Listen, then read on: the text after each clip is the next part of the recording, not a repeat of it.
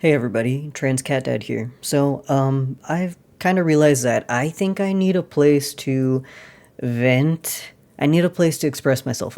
Again, y'all know this, I'm a trans guy living in 2025 in a red state.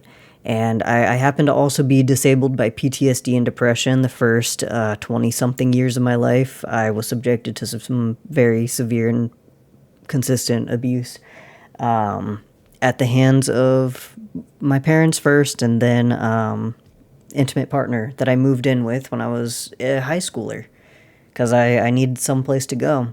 I'm kind of inspired right now by Lily Alexander, another trans YouTuber. She was talking the other day on her most recent video. I think it was The Trans Art of Disappearing. I'd have to look up the name of the title again.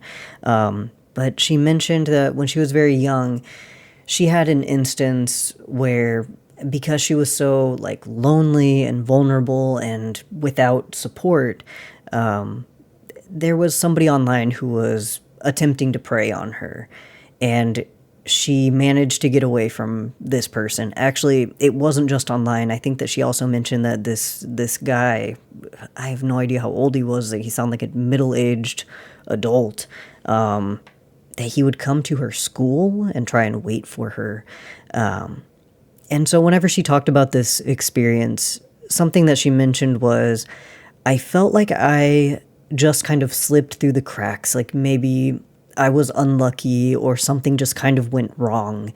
But the reality is that for a lot of trans and queer youth, especially, this is kind of by design, is what she said. That we are systemically neglected in such a way that, I mean, for example, a lot of disproportionately trans and queer youth are homeless. If you compare them to cis and straight kids, the rates of homelessness in this population is like astounding. It's horrible. And this is absolutely connected to me. And so what I notice, this is kind of a difficult thing to talk about. Whenever I'm talking to other trans people, other queer people, they understand what I'm talking about. If I talk to other cis people, it's not quite something that they get. But speaking to my experience, being somebody who was abused and neglected by my parents since birth, I grew up a very lonely kid, a very lonely and unsupported kid. My parents were Catholic. My dad's parents were Catholic. My mom got pregnant out of wedlock, and then she was pressured into marriage. She had to convert to Catholicism, I guess, while she was pregnant, and so she could have a Catholic wedding. And I live in a red state. I live in Missouri, and it's been a very hard and very weird life, especially when I compare it to the type of life that my family expected me to have, and the kind of life that I think was supposed to be like preordained to me as a white American. If I had been cis, if I had been straight, I would have had, and I almost had, a very different life than the life that I have now. And of course, if I wasn't disabled as well, which is a significant part of the way that I interact with my world, significant part of my experience.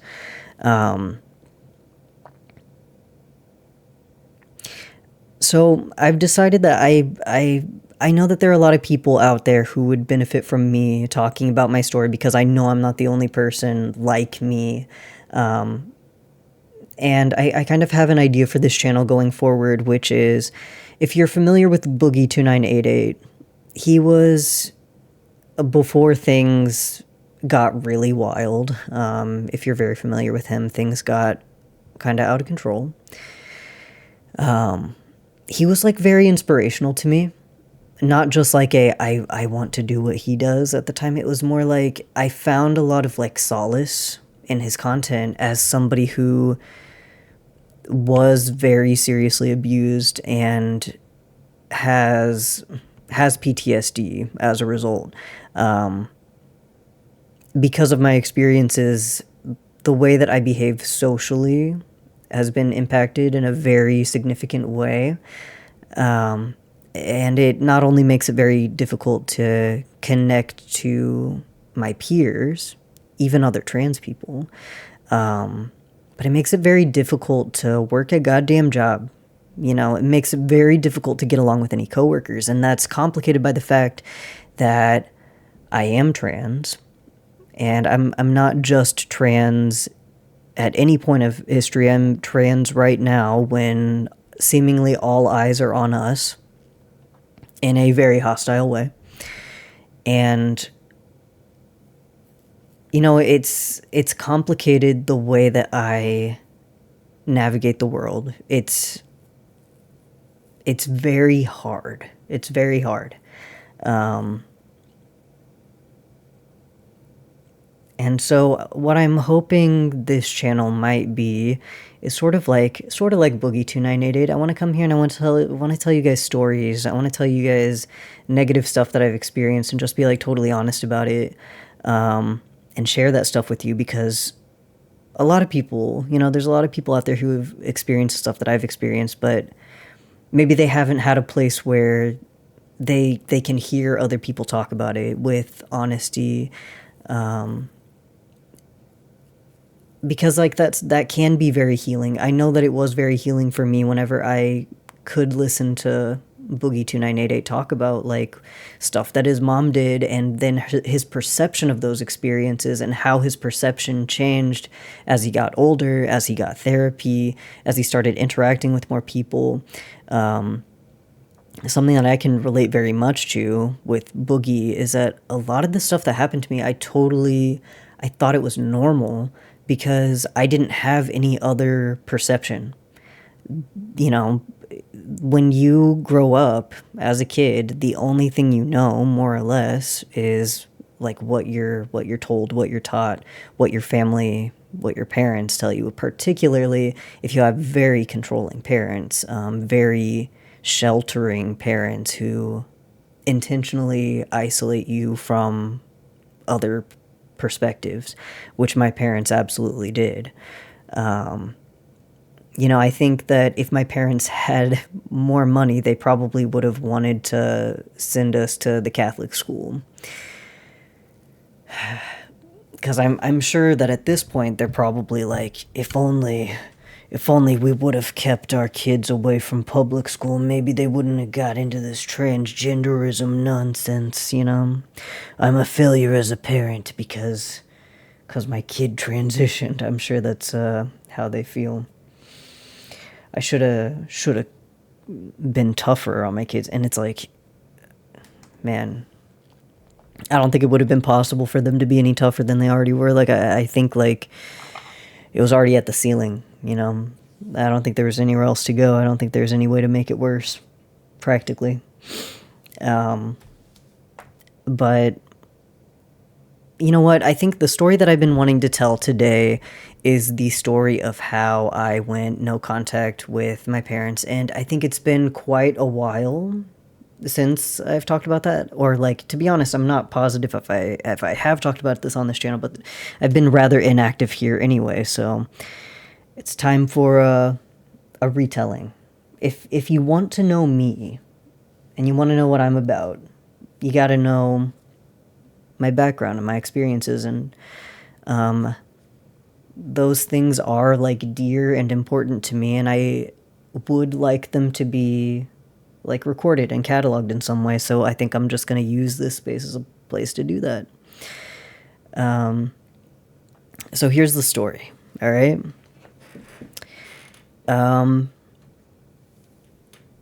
This happened when I was 26 years old, unless I might have been 27 instead, but I can tell you it happened in March of 2020. So I started transitioning in August of 2019, and that's when I started testosterone. It was like whenever I realized who I was and who I was going to become, I was ready to rip off the bandage really quickly. You might notice with, I think that I notice this anyway, difference between the trans feminine community and trans masculine community. I think there's more of a tendency on the trans feminine community to take things a little bit slow, maybe to start transitioning in secret. Where for trans masculine people, I do notice, I think, more of us have the realization, start testosterone, and even if we don't pass at all, or haven't really made the changes that we've wanted to make yet, we'll still just start socially transitioning. You know, we rip off the Band-Aid, we say, well, I'm Oliver and I'm he, him now, and that's the only thing you can call me.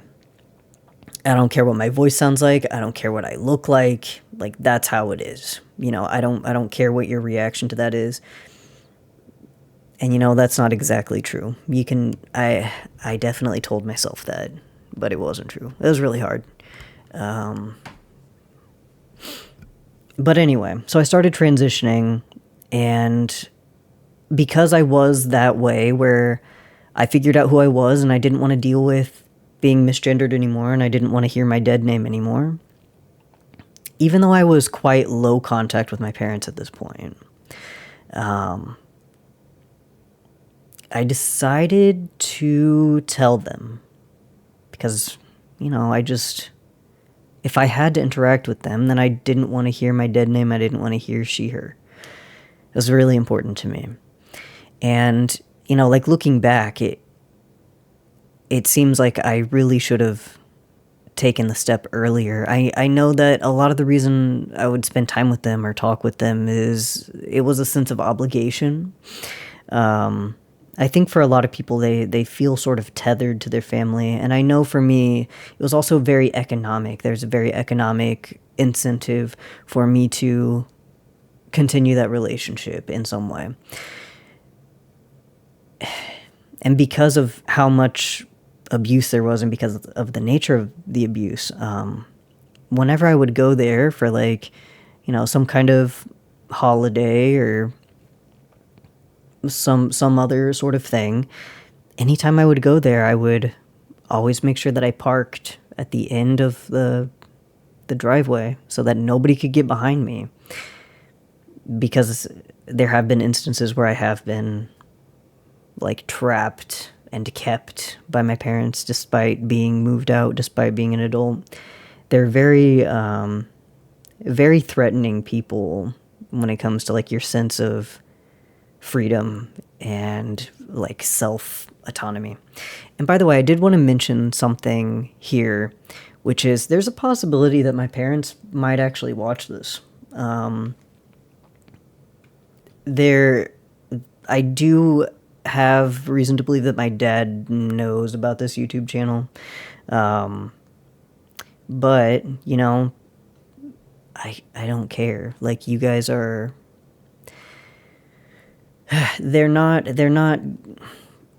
people whose perspectives I find important or useful in any kind of way. If this is something that upsets them, dang, that sure is too bad for them, isn't it? You know, like, if you didn't want to be called an abuser, you shouldn't have done it. That's just how it works. If 3 out of their 4 kids have planned or attempted suicide, it's not... They definitely aren't faultless, despite how much I'm sure they want to convince themselves. How much they want to convince themselves. I'd want to convince myself of that too. If I had 4 kids, 3 of them had eating disorders, especially after you called them fat repeatedly, you know, man, I'd be so desperate to lie to myself.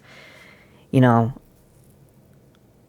I'm getting definitely off topic though. So let's talk about the actual story of the no contact happening. And this is very, like, transphobia specific.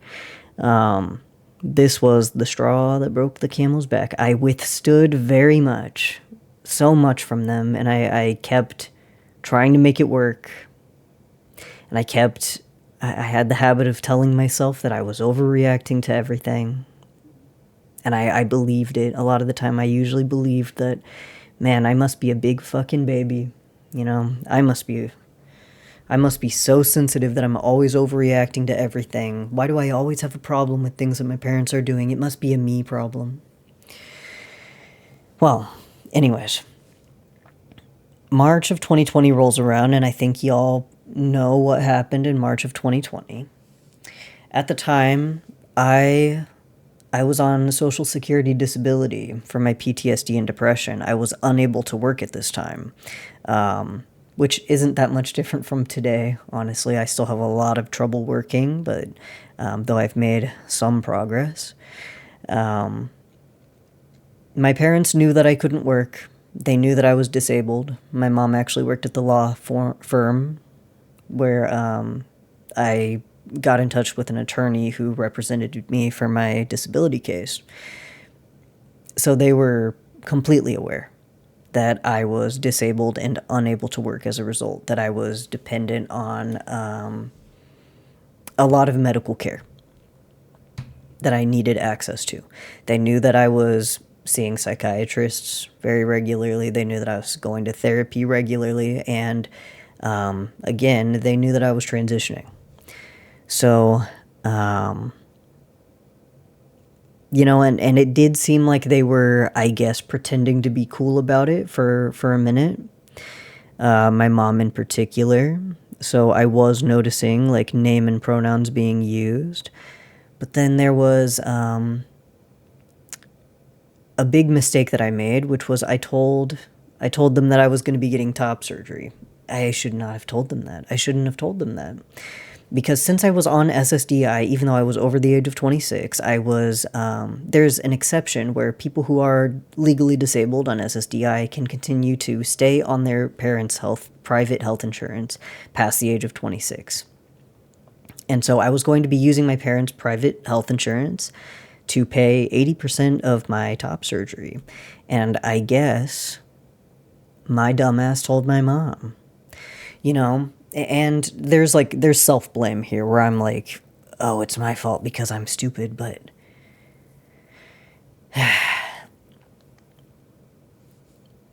even if you could have avoided a situation, even if you could have avoided being abused by not giving somebody information or giving someone access to you, it's still them who made the decision to do it to you. That's something I still have to remind myself, that this is a decision that my parents made. And, well, I'm sure you know where I'm going with this, but there was one day where I walk into the pharmacy and I say, I'm here to pick up my testosterone that you guys filled or whatever medications. And they say, okay. And then they're like, oh, geez, you don't have insurance anymore. And I'm like, that must be some kind of mistake because I've changed nothing. There's no reason why anything should have changed. And they're like, yeah, we're looking at it and it's like, you're just not on the insurance plan that you were on. You're not a part of that. You do not have that insurance. And, well, so I decided to call my dad and say, hey, weird thing at the pharmacy. They said that I don't have health insurance anymore, so I couldn't pick up my medication. Mind you, the good part of this is that I just had to, like, switch over all my stuff to Medicare and Medicaid, which was, like, it was a little stressful, but it was something that I should have done in the first place, like, as a secondary insurance, logistic stuff. But anyway, so I was, like, in the end able to pick up my medication, but the top surgery that was supposed to be covered, 80% of it covered, well, let's get back to the phone call that I was having with my dad. So I told my dad, and he said, wow, that's really weird. Whoa, what do you mean? They said you don't have insurance? They said that you're not on our insurance plan anymore? That's so strange. I have no idea what's going on. I guess I'm just gonna have to call the insurance and figure out what's happening, because, like, I don't know what's going on. That's so strange. And again, this is happening in March 2020.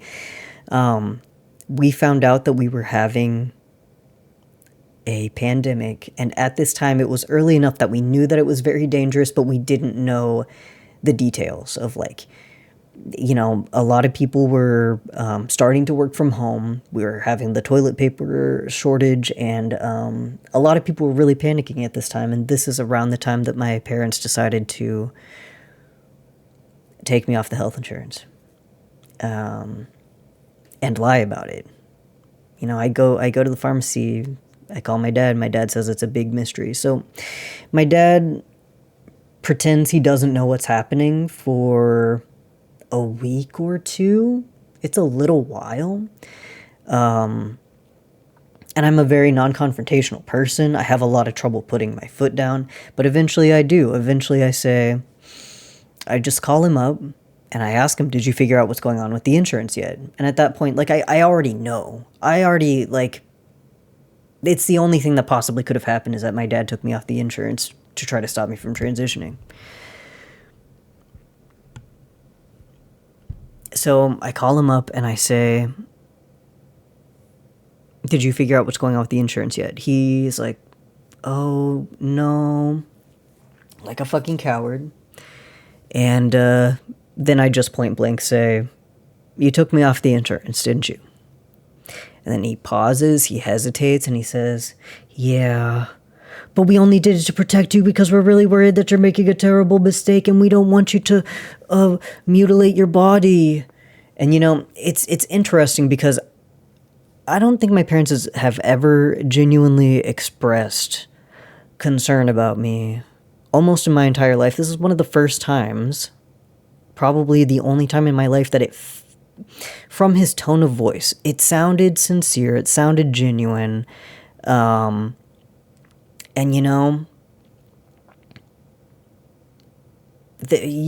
when you're a minority, there's something that you learn pretty quickly, which is that intent does not fucking matter. It doesn't matter. Maybe this is one of the first times that my parents were trying to do the right thing in their fucking life. Maybe it was one of the first times. With the Fox News poisoned brains that they had. Very tragic for them to live a life in such a way that you can't tell what the fuck reality is. But I don't have very much pity for them. The point is I was 26, 27, and they were so much more concerned at controlling my decisions than they were about my well-being that they removed my access to the healthcare that I needed in the early stages of a pandemic. I'm disabled. They know that I need health insurance and access to healthcare, but stopping me from transitioning, sacrificing my access to care, was a bigger priority to them. That from their perspective, I don't know. Again, I say that his voice sounded genuine. It sounded like he really thought that he was doing something protective. Maybe, I guess. I can only speculate, because these are people who have lied about the wildest shit. These are people who have stole money from me when I started working my job and then lied about that. My mom worked at the bank. I should have gotten her fired for taking money out of my goddamn account. But I was just such a nice boy. I was such a nice boy, and I withstood a lot of behavior.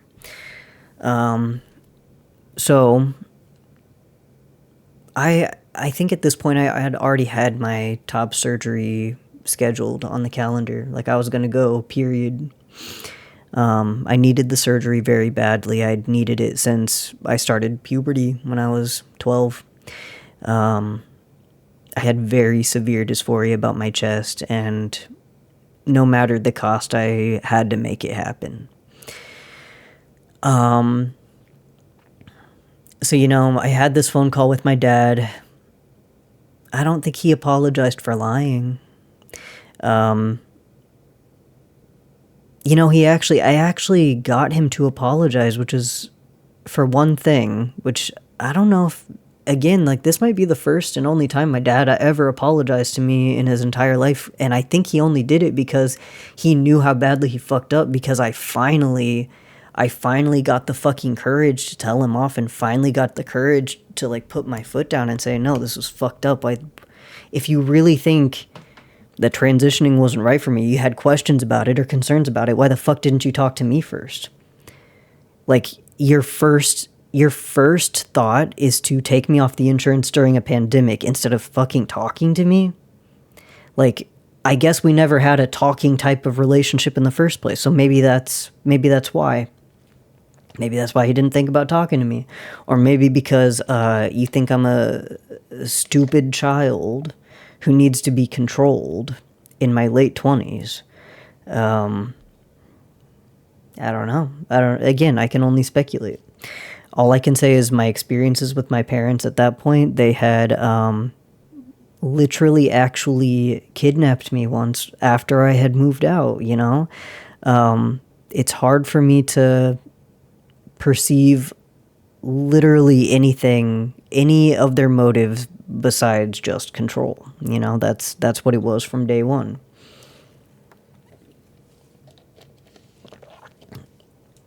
Controlling and terrorizing.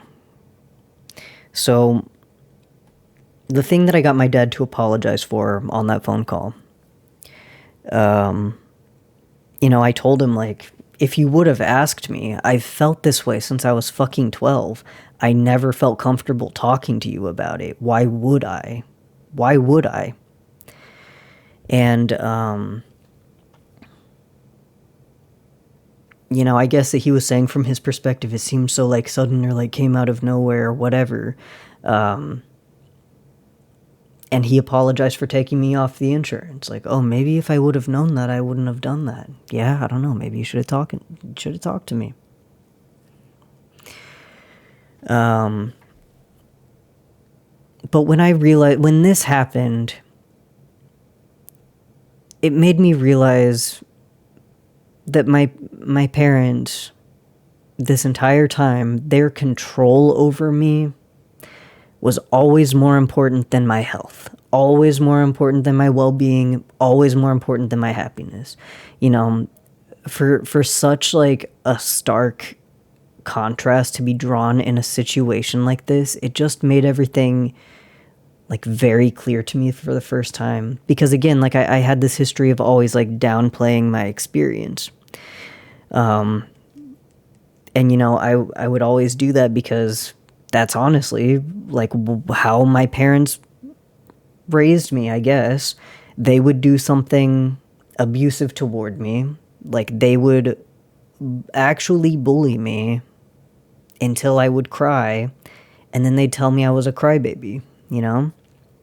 You know, like when I was in my early teens and I was having such severe emotional distress from the dysphoria and the abuse that I started self-harming, that my dad started calling me Emo Nemo because I was cutting myself. He would chant Emo Nemo at me like it was a big fucking joke to him. Like, you think we ever had a talking kind of relationship where he might listen to any fucking thing I had to say? Yeah, it's just... So I always thought, I'm overreacting. I just need to let it go. I'm just sensitive. And, you know, that's not the fucking truth of the situation, obviously. It's just... my parents are uniquely harmful and uncaring people. I think when I compare them to every person I've ever met, you know, the guy who sexually assaulted me almost every day for 2.5 years when I lived with him was more human than they were.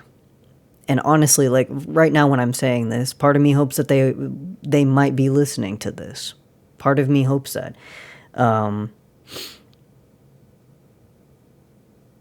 I can only assume that they must be very miserable people. I know that they are quite miserable people.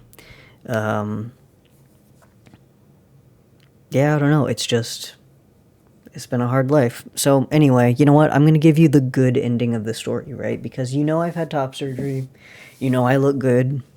And I kept that date. I kept that date for the top surgery. Whenever I had that final phone call with my dad, which is like really devastating, that to have the realization that their control over me was more important than my health, safety, and well-being, significantly more important, even in the context of a global pandemic, even in the context of me being disabled and needing access to healthcare. It was a very hard thing to finally acknowledge. So I acknowledged it, and then I decided, well, they've caused me incredible emotional distress. They're a big part of the reason why I have PTSD, and as long as I keep them in my life, shit like this just keeps happening.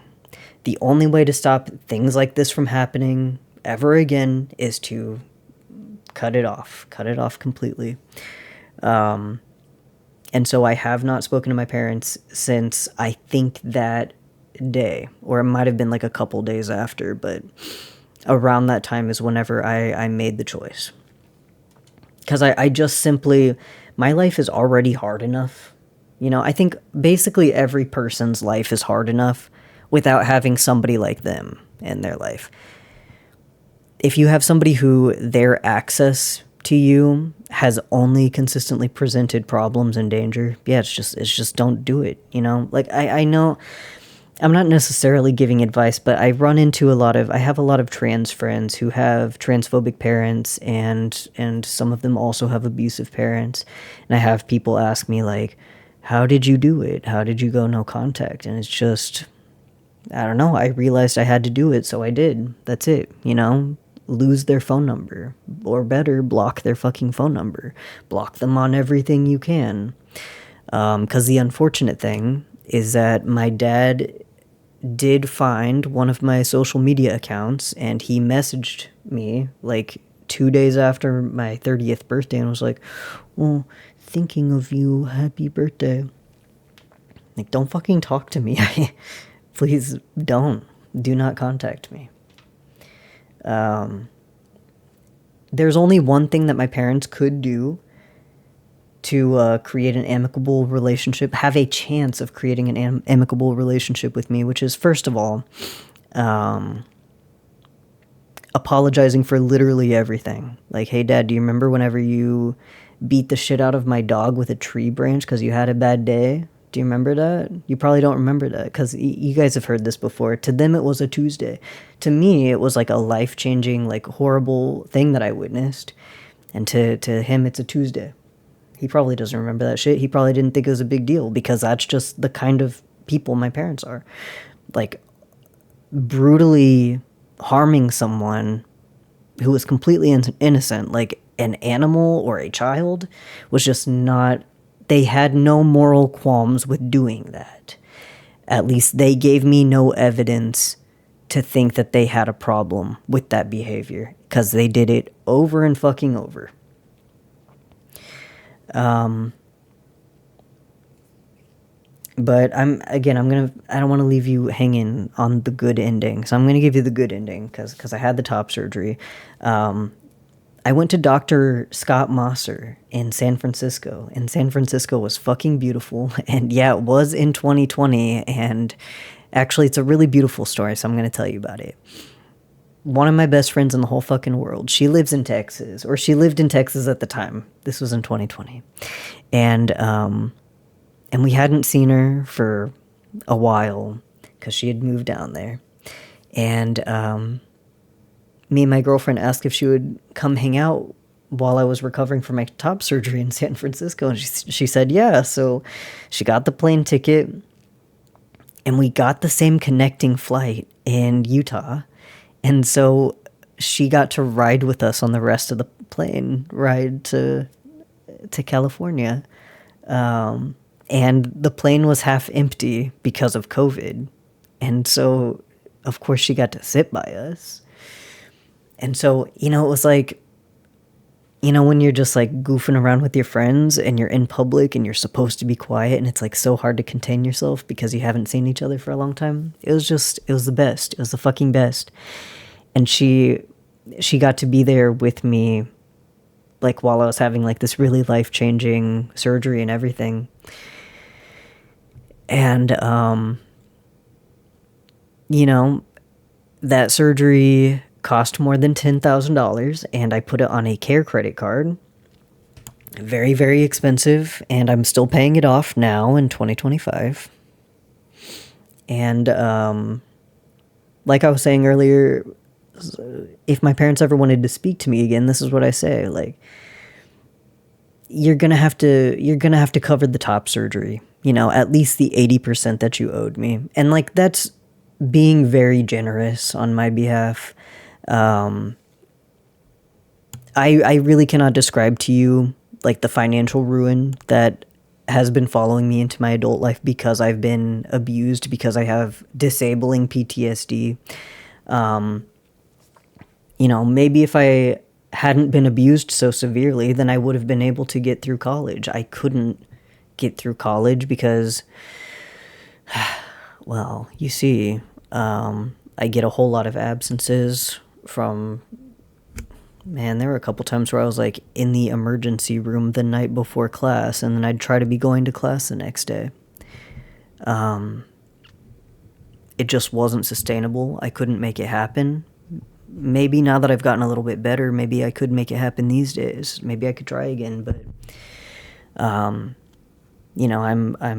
like got $50,000 of student loans and no bachelor's degree, thanks to my PTSD and depression that made it very difficult to get through any kind of education. And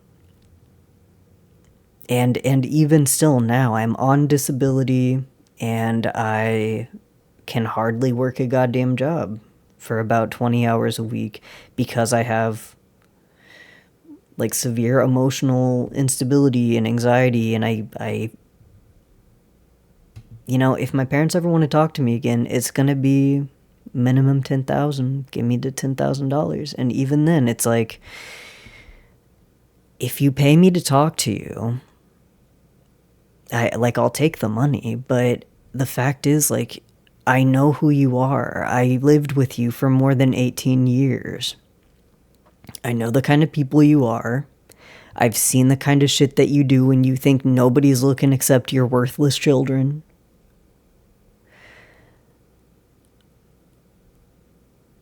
So, like, I'd take the money if it would clarify your any sense of guilt. But the thing is I don't think that they hold any sense of guilt for the things that they've done to me and my siblings.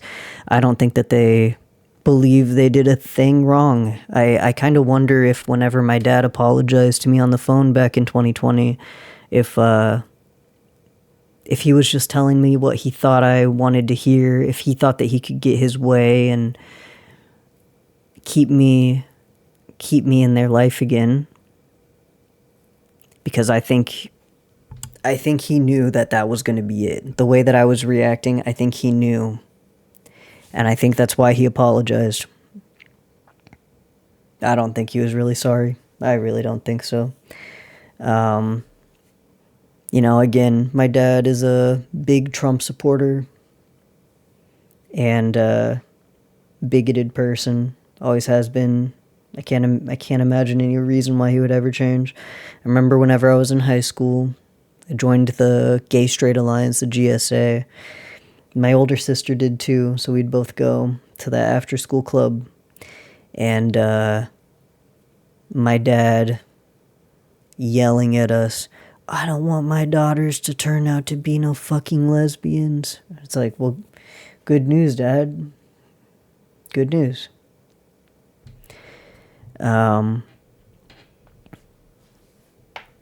Well, if my dad happens to be watching this, if he wants to hand over any of the damages,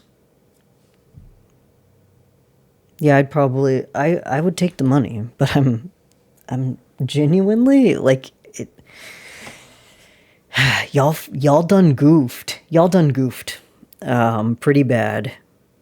So, that's my story of how I went no contact with my parents. And I think, like, when you're growing up, you're kind of like learning about yourself and the way that you relate to other people and who you are to other people, and like you're developing like a sense of value. And man, I've really truly struggled with feelings of worthlessness my whole fucking life, and it's better now than it's ever been, because it used to be a lot worse. I truly believed a lot of the abuse that I experienced. I believed that I deserved it, or that it didn't matter because I didn't matter. You know, so I would just let a lot of stuff would happen to me, and I wouldn't fight back or stand up for myself because I just thought, I was taught that it was okay. I was taught that it was okay. My parents taught me over and over that I was worthless and it was okay for that kind of stuff to happen to me. And that's like absolutely despicable, life ruining shit. I've done so much therapy, and I'm very, very lucky that I'm on SSDI. And so the cost of this therapy has been mostly covered. Like, I want to be clear, I'm on SSDI, so I have Medicare and Medicaid, and at least until any of these cuts happen, which they might, it's a definite possibility, at least I have access to the care that I need, more or less.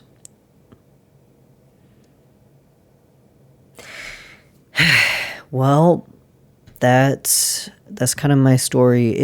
If you're trans and you've gotten no contact with your parents, I'd be interested to hear your story in the comments. If you've ever had,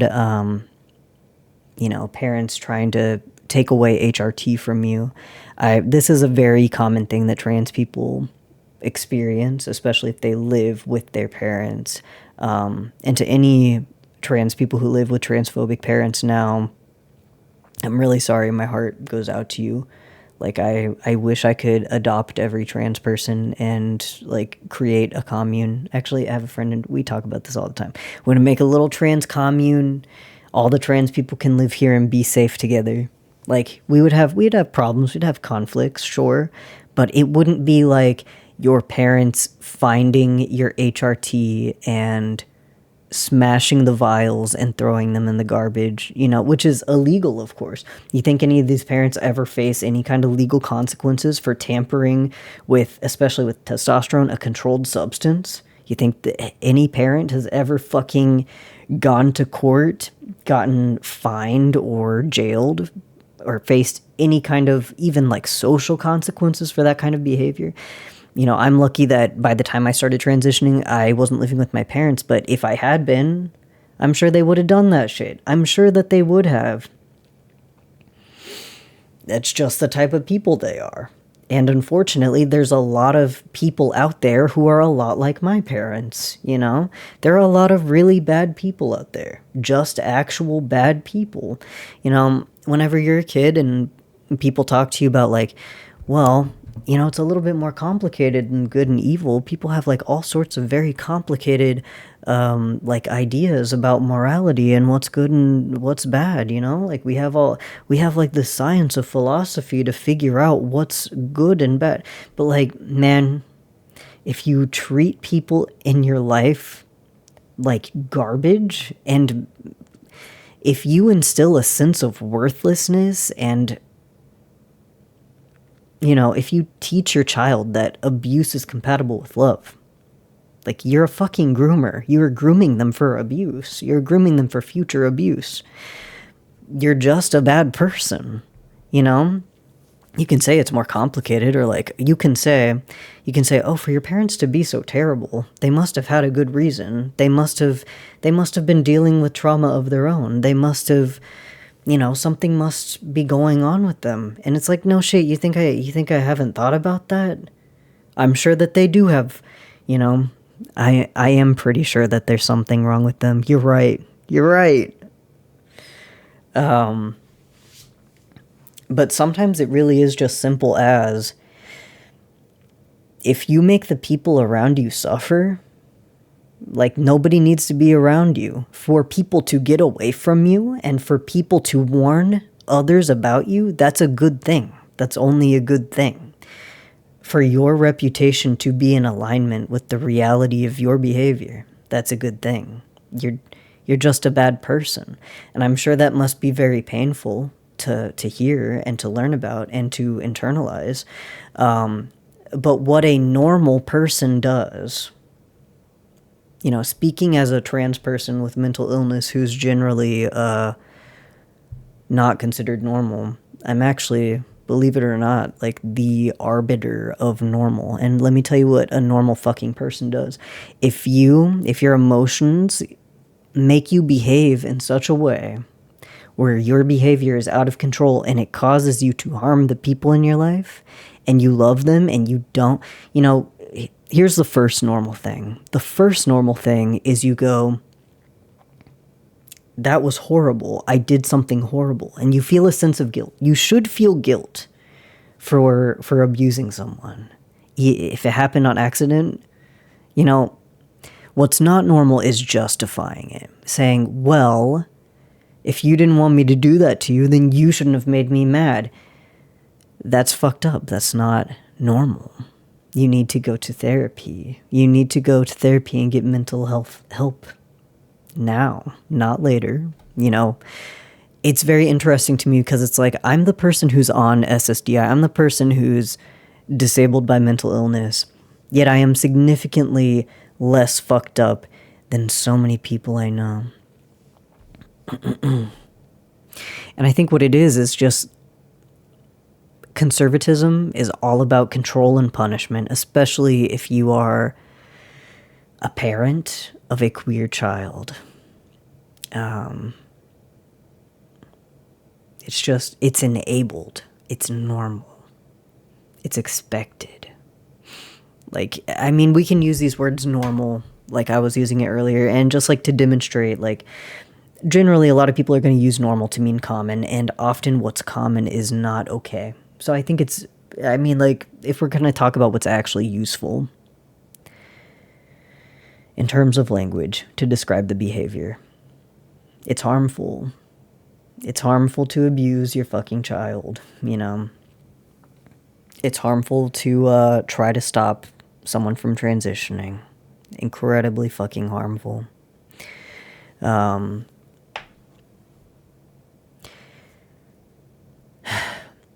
At the beginning of the video, I was talking a little bit about Lily Alexander's video, where she was talking about her experiences being preyed on by an adult when she was a very lonely and vulnerable trans kid. And the reason why I brought that up is because earlier, you know, I was talking about how teaching your child that abuse is compatible with love, it's just grooming them for future abuse, right? And Lily Alexander, she said that, you know, it's not just some kind of accident, or it wasn't just her uniquely slipping through the cracks. You know, some of this is by design, you know, abusing your queer child in a lot of places is normalized, and it is expected, and it is permitted. You know, there are a lot of places in the U.S. where conversion therapy is legal. That's something that you can do to your child. You can punish and torture them for being gay, for being trans. You can, in a lot of places, most places, you do not need to support your trans child. You do not need to call them by the right pronouns or call them the right name or let them have access to the clothes that they need. You know, there are a lot of places where forcing a trans child to undergo the wrong puberty, it's not just normalized socially, it's legally enforced. Even if you were a parent who loved your child and wanted them to be healthy and happy and safe and wanted to get them access to transition care, or even just blockers, even just puberty blockers, so they could have a little bit of time to think about it. You know, There, it's it's the reality now. The reality now is that we live in a sort of like community structure broadly, that is transphobic at every interwoven piece of fabric that makes the entire economy, the entire social structure. It's not just the policies on the books that are explicitly transphobic, either by omission or intentionally crafted transphobic policy. It's just something that's hard to explain to cis people and sometimes to trans people, is that actually almost every trans person I know is an abuse victim. And conservatives in particular will take this to mean, oh, abusing a child makes them mentally ill, and then because they're confused, it turns them trans. Yes, this is a very common narrative we all know about. Chloe Cole, for example, who shows up to legislative hearings as giving testimony and says, I was sexually abused and it made me confused and that's why I'm trans. But you know, we got like the correlation and causation, we got things kind of mixed up. What the reality of the situation, what really happens is a kid is gender nonconforming. They show gender nonconforming behavior when they're young.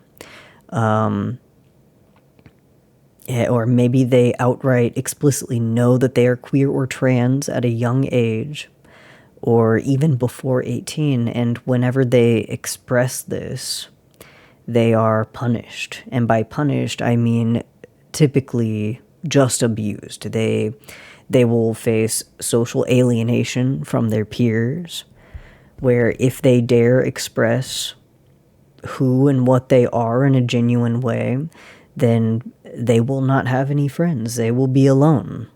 And thankfully, from what I've been told, in some areas this has gotten better for some. You know, the way that I grew up is whenever I put up posters for the Gay Straight Alliance in the hallway in my school, people would write slurs on them and tear them up, and it wasn't... I was born in 1992, and it wasn't okay. It wasn't okay to fucking be gay. It wasn't okay to be gay at the time. It isn't necessarily okay to be gay now, depending on where you live. But, you know, it's just... if you are queer, if you are trans in particular, you've probably been abused because you're trans. Because people fucking hate trans people. They really fucking hate us. They hate gay people. They hate trans people. Just to tell a story that isn't mine, my girlfriend also has PTSD from abuse and assault because when she was a little kid in elementary school, living in a conservative town, the other kids just picked up on her being fruity. They just thought she was a fruity little boy. And she got the shit kicked out of her, beaten. She got beaten very badly by kids when she was in elementary school. And there was one day where kids came to her house with baseball bats. They all had baseball bats. And they were going to ask her to come out and play. And she had a friend in the neighborhood, I guess, who knew why those kids were really coming over. They called up her house and said, don't go out there, because they don't want to play with you. They don't want to... The baseball bats are for something else. And her parents, being very conservative, they also downplayed and dismissed the kind of abuse that she was getting in school. and perpetrated the abuse at home as well, of course.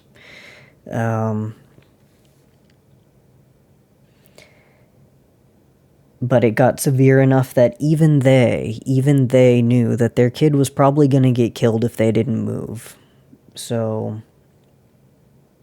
that's how bad it was. They actually moved to a different city because their gay little child was not going to survive that town. So that's kind of what this channel is about. That's kind of what I want to make content about, is I want to make content about my experiences as a trans person, as a person who has experienced a lot of abuse and bigotry. And what I think is very interesting is I think trans masculine people and trans feminine people, we deal with different types of transphobia and different types of abuse. It's kind of two different expressions of the same coin. And I notice sometimes, I find it very problematic that within our community, sometimes you'll see trans feminine people who might genuinely believe that trans masculine people do not have it as bad as trans feminine people. And I'm sure I think it also occasionally might happen from the other side as well, though I don't see it very often, personally. But it might be a bias on my part, where there might be trans masculine people who think that trans feminine people don't have it as bad, where trans masculine people suffer from invisibility. Trans feminine people suffer from hyper invisibility, and while trans masculine people might deal with our genders being enforced and fought against and being attempted to be detransitioned in a feminine way, trans feminine people have that happen to them in a masculinizing way.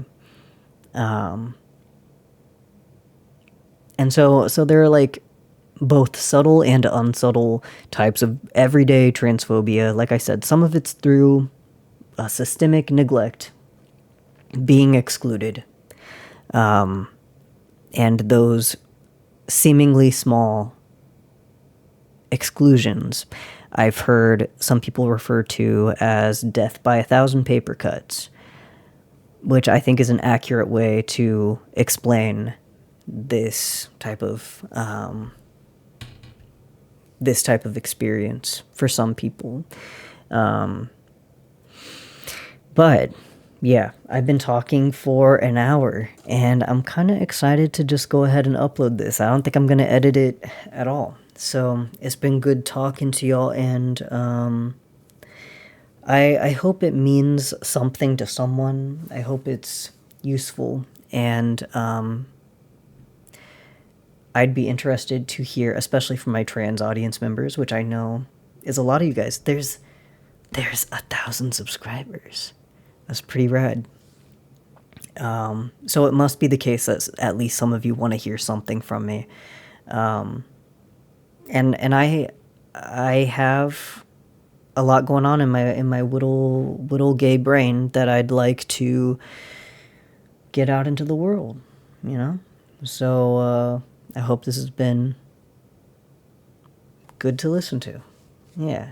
And I gotta paint my nails. Look how naked they are. Horrible, right? They're like little sausage. Alright. I'll see you guys. Have a good day or night or mysterious middle hour. The hour of the wolf. Some of you might be up at 3 a.m. listening to my video. Who knows? I wonder what your life is like. I hope it's good. I'm sure that it's hard. But I hope that it can be good sometimes too. Bye.